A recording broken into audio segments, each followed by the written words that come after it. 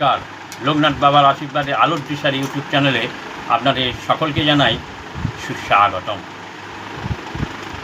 আজকে একটি বিষয় নিয়ে আলোচনা করব। বিষয়টি হলো বানপ্রস্থ বা সন্ন্যাস। আগেকার দিনে, এটা বহু পুরনোর কথা, আগেকার দিনে মানুষের বয়স হয়ে গেলে তারা বানপ্রস্থ বা সন্ন্যাস হয়ে বাড়ি ছেড়ে চলে যেত এবং বিভিন্ন সময় ওদের বিভিন্ন পশু জন্তু এদের দ্বারা আঘাতপ্রাপ্ত হয়ে মারা যেত।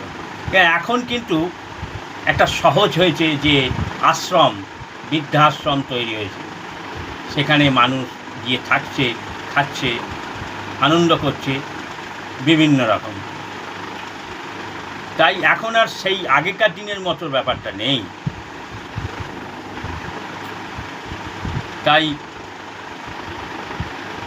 ভালো থাকবেন, সুস্থ থাকবেন, দেখতে থাকবেন এবং শুনতে থাকবেন আমাদের আলোর দিশারি ইউটিউব চ্যানেল। নমস্কার।